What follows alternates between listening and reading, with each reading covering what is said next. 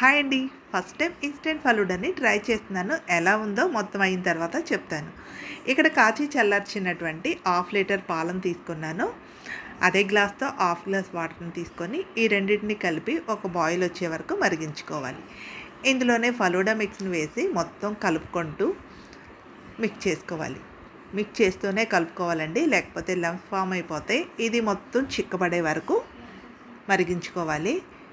ఇదంతా చిక్కబడి ఇలా దగ్గరకు వచ్చేంత వరకు ఒక 10-15 నిమిషాలు టైం అయితే పడుతుంది. మీడియం ఫ్లేమ్లో పెట్టుకొని మరిగించుకోండి. ఇది పూర్తిగా చల్లారిన తర్వాత ఫ్రిడ్జ్లో పెట్టుకొని ఒక 2 అవర్స్ తర్వాత సర్వ్ చేసుకున్నామంటే చాలా బాగుంటుంది.